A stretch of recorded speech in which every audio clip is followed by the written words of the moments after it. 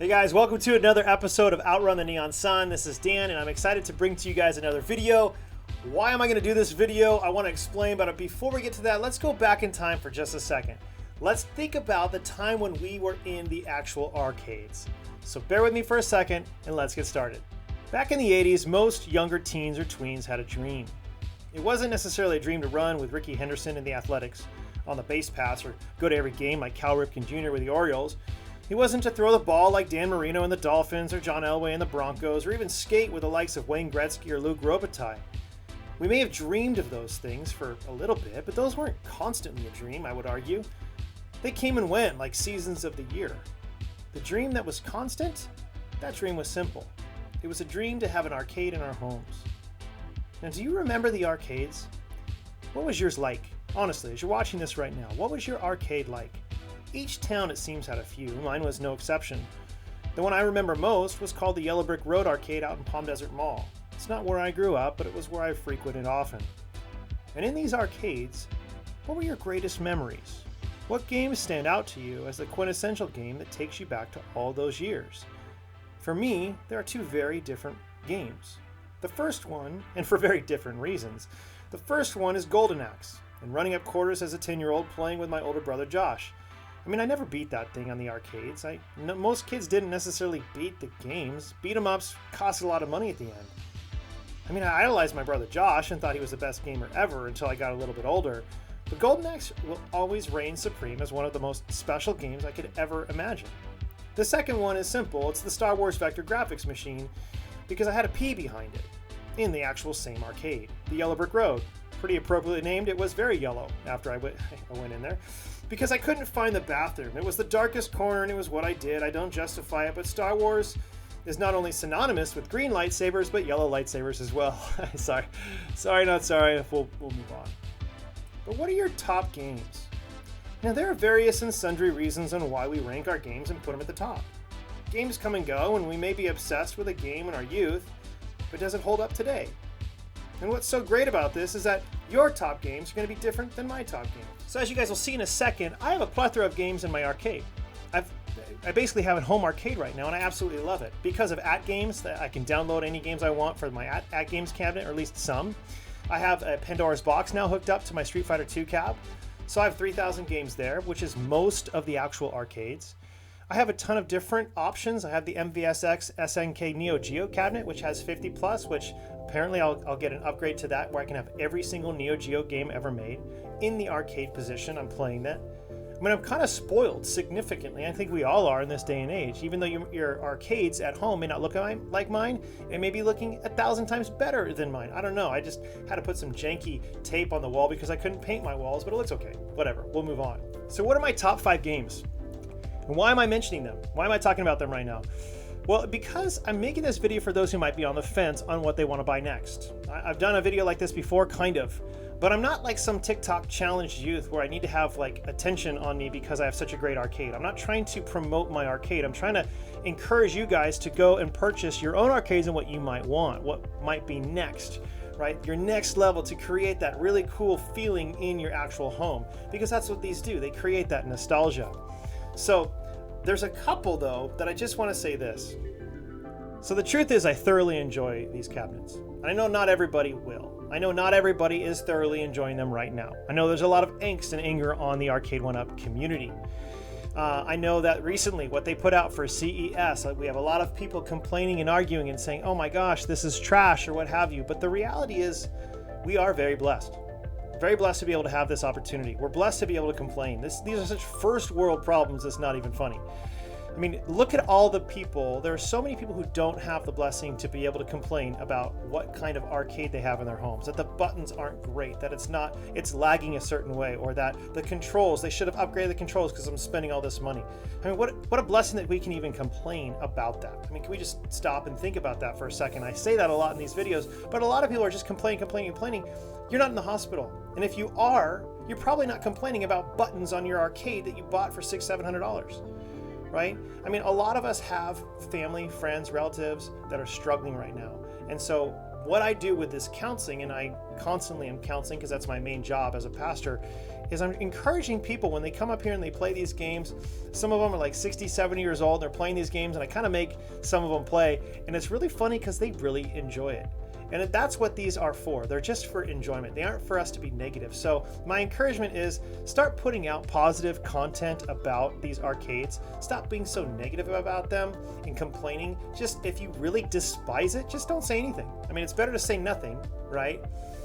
What's that quote where it says, like, it's better to keep silent and have people think that you're wise than to open your mouth and remove all doubt? Like, there's just that reality happening. So with that, let's get into the rankings. First, though it was my most played when I recorded a video about 6 or 7 months ago, I'd put it in the position as number 5. It's my Pac-Man anniversary cabinet. It still gets a ton of play, but my son and I have moved on to new competitions. He's not so much into Dig Dug anymore as he was before because he just can't quite get up to Dad's record, which isn't great. I'm not bragging. But my son is, he's not even a millennial. He's a Gen Z, so he doesn't know how to play retro games. Anyways, I digress. It still does get a ton of play. But if you remember, Pac-Man took over the world. There were pop songs written about it, with 100 remakes of the game as well, like Pac-Man Fever. I just sang. It was Pac-Man Fever because, for the first time really, it appealed to females just as much as it did to males at the time. And it continues to reign supreme and be a constant moneymaker for arcades within that decade. It used to be my most played primarily because of the Dig Dug on the cabinet, but it also has Galaga, which is my number 1 or 2 game of all time. And the options on this are truly incredible, to be honest. The Miss Pac-Man anniversary cabinet that might be coming out, that really appeals to me because of the options of Rolling Thunder and Galaga 88, which aren't on this cabinet, which I would have loved to have had Rolling Thunder on this or Galaga 88. And I know I can get them, at least I can get Rolling Thunder on my Pandora's box that I have right now, but I'd love to be able to play it on that cab as well. So anyways, that's my number 5th most played, or 5th that I go to that I enjoy. All right, so if I'm going to go to my arcade, and if I'm by myself, so there's this kind of like, this video has issues, I understand. I'm saying one thing and I'm ranking it in a certain way, and it may not be the most accurate, but I just want to talk about these 5 cabinets that are played the most. I may not go to, like, I probably will play Pac-Man more than I'll play some of these other ones. But I won't play the game Pac-Man, I'll play Dig Dug or Galaga. But the next cabinet that has seen a lot of play is Dragon's Lair. Now, the Dragon's Lair cabinet is gorgeous. It's beautiful. I mean, they had lines out the door lining up for this back in the day. People were so enamored by it, and they would pay willingly 50 cents for this game, sometimes 75 cents, sometimes $1 when it got so exorbitant, right? The price for this game. And it's still so much fun. Now, we've played it a ton, my son and I, and all 3 of us actually. My daughter doesn't play arcades. I wish she did. She does ballet, whatever, like that's important. But so we play this game, and we kind of are learning the moves. We only will allow maximum of 4 or 5 lives, right? We won't do the infinite lives because we don't want to, I just don't want to rob it of its glory, if that makes sense. It's not the way the game was originally intended to be played. So I love to play it. I'm trying to get further and further. Once we master it off of just five lives, excuse me, then we might move on to Dragon's Lair 2 and do the same thing. And then we'll move on to Space Ace, which is insanely difficult and completely different because you have 15 different moves within one scene, but I digress. It's an amazing cabinet. I still absolutely love this. I actually probably play this cabinet the most. It is my number 1 personal, but this video is really about what is in my arcade the most played. So I know that's why it could get a little confusing. Now, we'll say this really quick about the Dragon's Lair cab. It has the best attract mode out of any sort of arcade cabinet, in my opinion. Obviously, this is not absolute, right? This is my subjective opinion. But it has just a beautiful attract mode. Now, if you don't know what the attract mode is, which I'm sure all of you know what it is once I explain it if you don't know the explanation, it's the preview of the game before someone puts their quarter in. And all of these arcades, like you see the Terminator 2 right here, this is the attract mode. It's not that great, but then it has some gameplay. The attract mode for NBA Jam is much better than, say, T2. The attract mode for Galaga isn't as good because it was newer. However, Dragon's Lair was old school. If you remember, it came out in 82, I believe. 81, 82. Shoot, I did a video on this. Just go back and watch my video. Don't listen to my spiel on it right now, but I encourage you guys. I just did a review on the Dragon's Lair cabinet. Went through the history, and actually Don Bluth, the artist who did the work for Dragon's Lair, was inspired by something I won't tell you, by large tracts of land as he was pursuing. That was a quote from Monty Python. But anyways, yeah, Dragon's Lair, great cabinet. Go get it. All right, so the third most played cabinet to me was a surprise because I don't know, it didn't, in the beginning, maybe it just needed traction, and I'm stumbling over my words right now, but it's the Altered Beast, it's the Golden Axe 2, Death Adder, Shinobi, it's that cabinet. I love this cabinet, and granted, I said I was a little biased when I said, hey, this was one of my favorite cabinets when I was younger. It really was in the arcades. I loved this, and still I went to Retro Arcade in Pasadena a while back, and I played this a ton with my buddy. Just Golden Axe, regular Golden Axe. It's fun. But it's fun to see when I come up here on a Sunday afternoon or Sunday morning, mid-morning-ish, after church, I come up here, and the junior hires are up here. They're all huddled around this 4-person cabinet. It's kind of in the center of my room. Gee, I wonder why influence, but manipulation, maybe. But they're all around it playing, and then you have a bunch of people behind them watching them play. It just kind of gives me that warm, fuzzy feeling. Like, I love it. If anybody wants to play it with me, I will play it, no problem. But it really is a game for me that was played with my brother. So unless I have someone playing it with me, I generally don't go to it that much. When my sons come up here and they're like, hey, let's play Teenage Mutant Ninja Turtles, I'm like, okay, I'll play Teenage Mutant Ninja Turtles if you play Golden Axe with me. And they're like, it's kind of the same game. And I'm like, I don't care. Like, you do it or you don't eat tonight. You know, I'm kidding. But it's just one of those things where I want to encourage you guys to at least consider it. But if you do get it, it's really best, in my opinion, as a 2-player or 3-player or 4-player game. Wrestle War is the only one that I don't necessarily like on that cabinet. Every single one of those other 4 could be designed around those games, like Shinobi, Altered Beast. I mean, Altered Beast, wouldn't that be a great, gorgeous marquee if they had the 2 massive eyes and the scales on the side and on the control deck? And that would be so glorious. They should do a re-release, and if they do, they should put out some other games. Now, if they do put out the actual arcade cabinet with Altered Beast, a couple games that could go with it, I think, would be maybe, I don't know, Alien Storm or Die Hard Arcade. Wouldn't that be great if we had those games on there? It's all by the Sega. I don't think it's all owned by Sega. I'm not sure exactly what processing units you need to be actually able to play those games, but it should be simple, a simple port, if not, and that would be great to have it on there. Okay, so I might sound like a broken record, but my second most played cabinet, and it seems like a no-brainer, but my second most played cabinet right now is the Terminator 2 cabinet.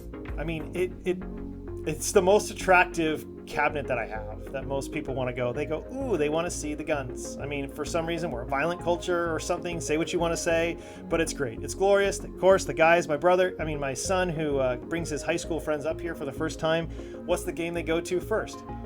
They go to Terminator 2. Why? Because it's got guns, and you get to shoot and blow things up. I mean, that's fun, right? They love doing it. They enjoy it. It's a blessing for them.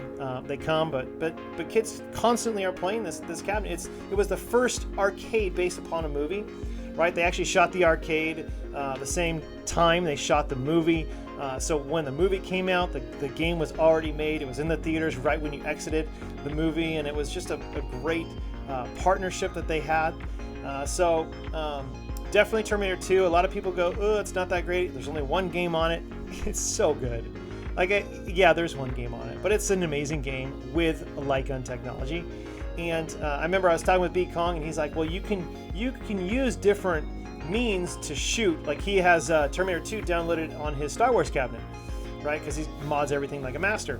Well, for me, I just like having the guns shooting things. I like having the physical guns in my hands. I have issues, I apologize, but that's just something that I really love, because that's what I enjoyed in nostalgia in the actual arcades.